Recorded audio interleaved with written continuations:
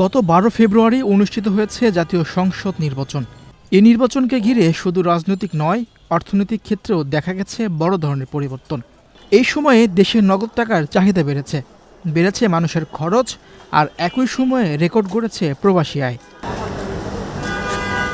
জাতীয় সংসদ নির্বাচনকে সামনে রেখে রাজধানীসহ বড় শহর থেকে বিপুল সংখ্যক মানুষ গ্রামে ছুটে গিয়েছেন। এতে বেড়েছে ব্যক্তিগত আয়, একই সঙ্গে নির্বাচন কেন্দ্রিক নানা লেনদেনে নগদ টাকার ব্যবহারও বেড়েছে। বাংলাদেশ ব্যাংকের তথ্য বলছে, জানুয়ারিতে ব্যাংকের বাইরে নগদ টাকার পরিমাণ বেড়েছে প্রায় ৭,০০০ কোটি টাকা। গত বছরের নভেম্বর মাসে ব্যাংকের বাইরে থাকা নগদ অর্থের পরিমাণ ছিল ২,৬৯,০১৮ কোটি টাকা, যা ডিসেম্বরে বেড়ে দাঁড়ায় ২,৭৫,৩৪৩ কোটি টাকা। জানুয়ারিতে ব্যাংকের বাইরে থাকা নগদ অর্থের পরিমাণ আরও বেড়ে দাঁড়ায় ২,৮২,৬২৬ কোটি টাকায়। মানুষের হাতে নগদ টাকার পরিমাণ বৃদ্ধির পাশাপাশি নির্বাচনের আগে পরে প্রবাসী আয়ও বেড়েছে।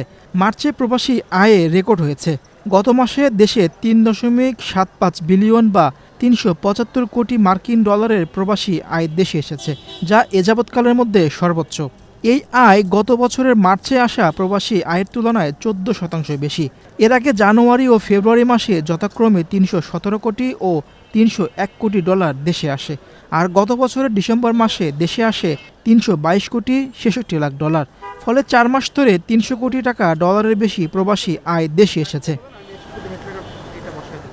ব্যাংক খাত সংশ্লিষ্ট ব্যক্তিরা বলছেন, মধ্যপ্রাচ্যের সংকটের পাশাপাশি নির্বাচন, রমজান ও ঈদ কেন্দ্র করে প্রবাসী আয় বেড়েছে। এই ধারা সামনের ঈদ পর্যন্ত অব্যাহত থাকতে পারে। বাংলাদেশ ব্যাংকের তথ্য বলছে, ২০২৪ সালের ৫ আগস্ট আওয়ামী লীগ সরকারের পতনের আগেও ব্যাংকের বাইরে মানুষের হাতে নগদ টাকার পরিমাণ ধারাবাহিকভাবে বেড়েছিল। ২০২৪ সালের আগস্টে ব্যাংকের বাইরে থাকা নগদ টাকার পরিমাণ ছিল ২,৯২,০০০ কোটি টাকা।